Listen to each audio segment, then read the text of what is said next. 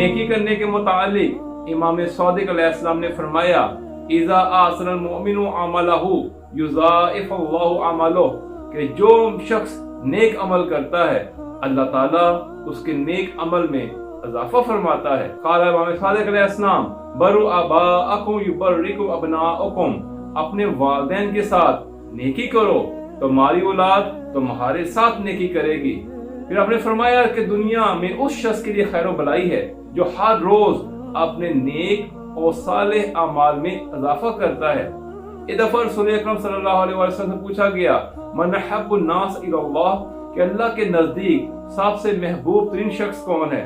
तो काला अनफउ नासा लिन्नास, तो आपने फरमाया कि जो लोगों में सबसे ज्यादा दूसरों को फायदा पहुंचाए वो सबसे अच्छा इंसान है। आपने फरमाया कि जिसकी नीयत नेक होती है उसका रिस्क भी ज्यादा होता है, और नेकी और हुस्न खुल्क से घर आबाद होते हैं और जिंदगी में इजाफा होता है। रिवायत में ये भी है कि लड़ाई झगड़ों से इज्तनाब करने, घर वालों के साथ नेकी करने, वालिदैन को खुश रखने और नेक नीति के साथ काम करने से उम्र में इजाफा होता है।